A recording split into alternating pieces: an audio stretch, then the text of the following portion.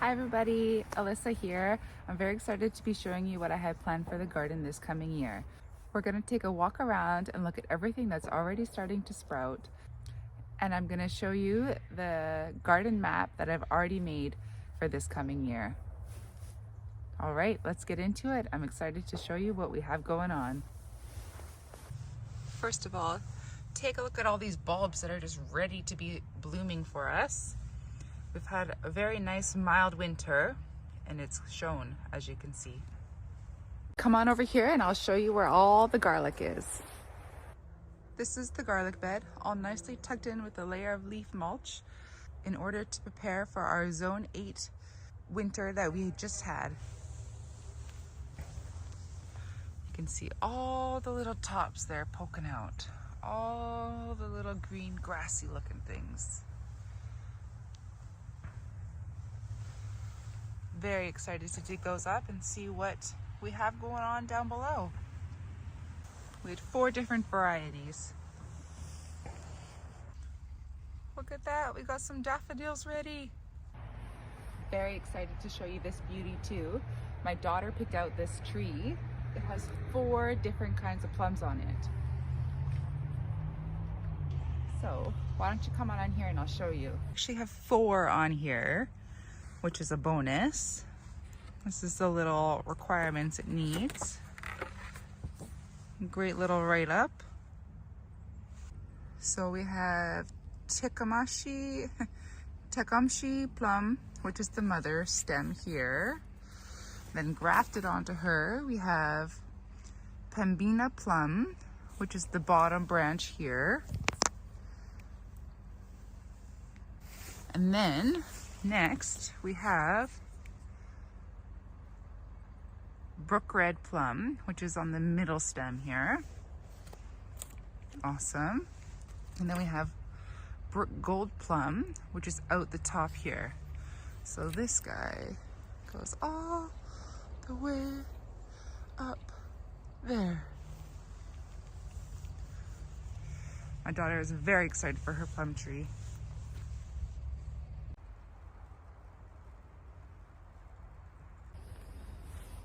Then over here, I have 2 brand new garden beds that my dear sweet husband has built for me. I'm very excited to fill those up and see what we can get in them. I'm hoping to do some sweet potatoes and a 3 sisters garden. That's right. I already have plans for them. Now follow me this way and I'll show you my son's blueberry patch.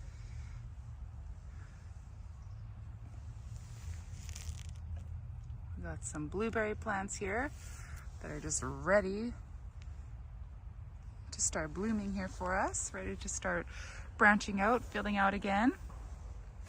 So we have 1, 2, 3 Duke varieties, and then this one is a new one this year. This guy, you can see its branches are quite red, slightly different than the other ones. This guy is called a Chandler blueberry. Can you see that there? Chandler blueberry. It says it fruits more mid-season and the Duke ones are more at the beginning of the season. My little 4-year-old guy is very excited for his blueberries this year. I hope he has a good show. And this bed here is a hard worker for us. Usually I do some sort of edible flowers down the corner edge here. I like to make everything in the garden edible so I don't have to worry about the kids eating something by accident. It's just how I like to do it. That's just how we do it here. So I put flowers here. This is a rosemary from last year. We'll see. I'm not holding my breath if it's going to come back. I didn't really do anything to save it. We just went for it. We got some corn salad here that's just remnants. I don't think it's going to get used up. It's looking a little bit rough right now. Here we have our chives. These should come back no problem, as you can see. We had some Brussels sprouts there, but they didn't survive the last frost that we had.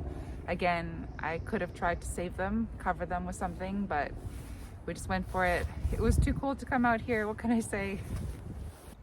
I do believe this lavender is going to come back though. This guy's really good for all the pollinators. They really enjoyed that last year.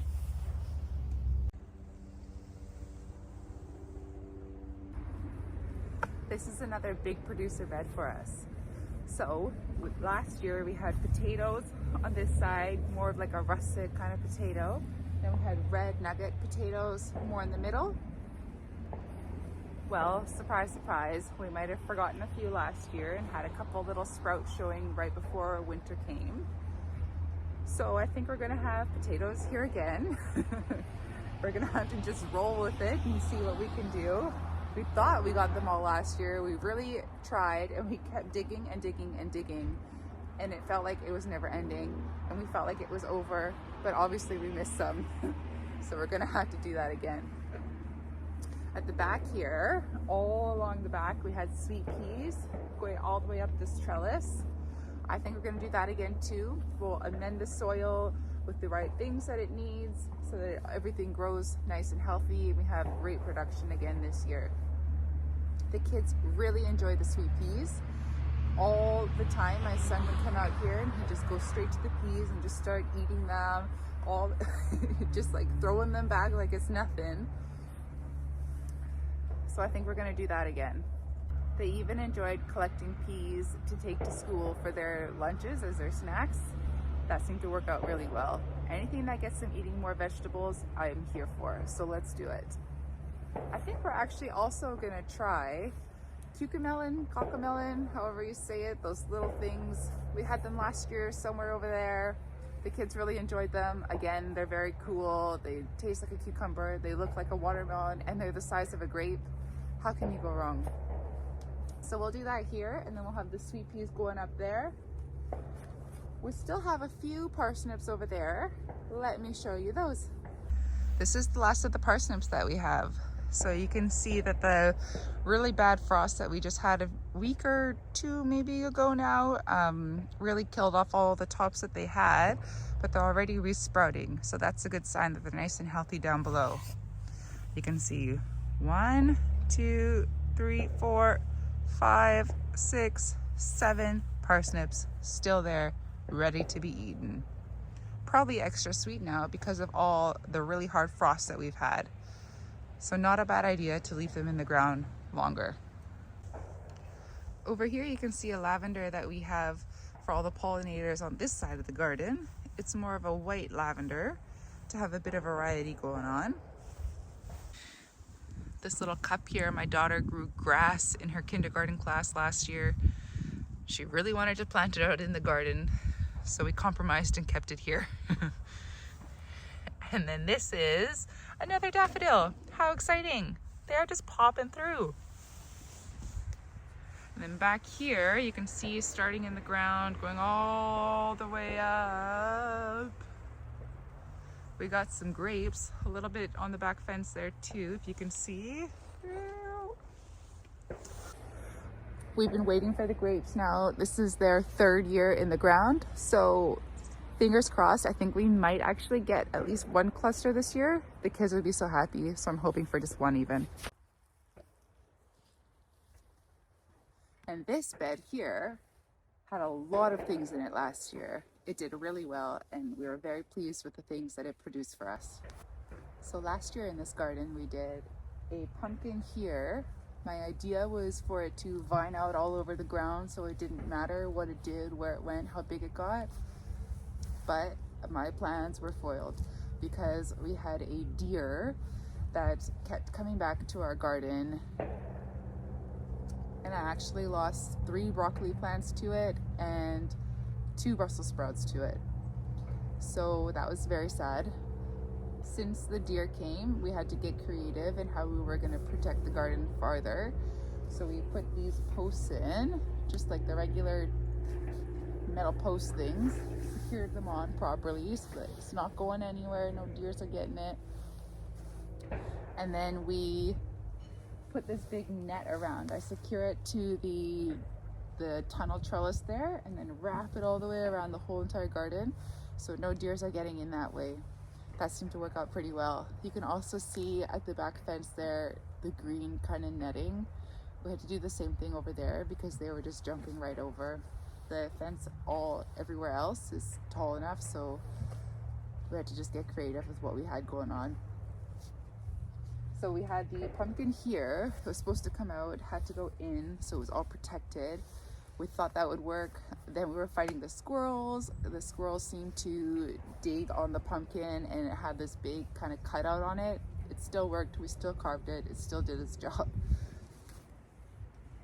So we had broccolini right next to it. I forget how many plants, but we had enough.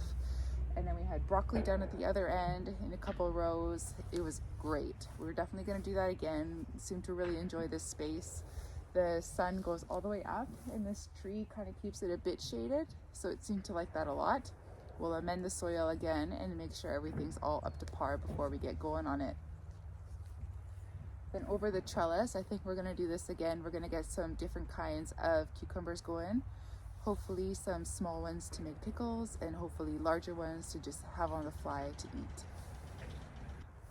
Last year we also had a bunch of different kinds of squash going up and over the trellis. That was quite cool actually. Very, very beautiful to see, to stand in the middle of the tunnel and to just have all these big squashes hanging all around you. That was very cool. To be fully shaded by all their leaves, very cool. So we're hoping to do something similar. We'll see what varieties we get going on this time. Maybe we'll switch it up just a little bit. How exciting, guys. As I'm walking around the garden showing you everything, I just got the email that my seeds have shipped from West Coast Seeds. So they should be here soon. And then I'm going to show you everything that we have planned for this coming garden season. I just wanted to show you guys how I plan and lay out my gardens each year. So last year, you can see I made this really nice drawing and laid everything out the way I wanted it to go. It was more or less this way. A couple of things got switched around, but hey, what are you gonna do? I had this dahlia bed here. That was a total bust. I'm actually very sad about that. I traded tubers, I gathered them, had so many varieties, all got leafy gall and are no longer here. So that was really fun.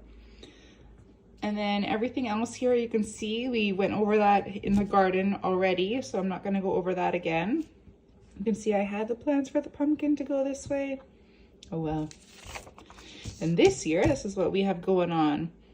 So I've made the same kind of drawing, more or less laid out the same way.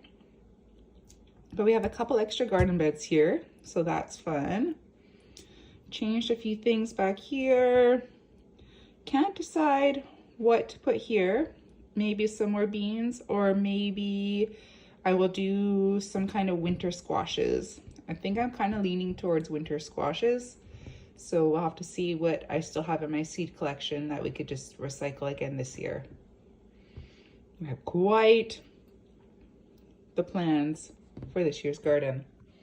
And then here in the middle, I just kind of keep little notes about what plants I want to companion plant that are going to help out with what kind of bugs that I really had issues with last year. Aphids were quite a problem for me, so we're going to up our marigold game. And we're also going to try radishes between the cucumbers because somebody said that really seems to help in their garden. So we might as well give it a try. We struggled a little bit with the cucumber bugs last year. And yeah, a couple other things there that we're gonna give a go. Well, thank you for joining me today on a garden tour.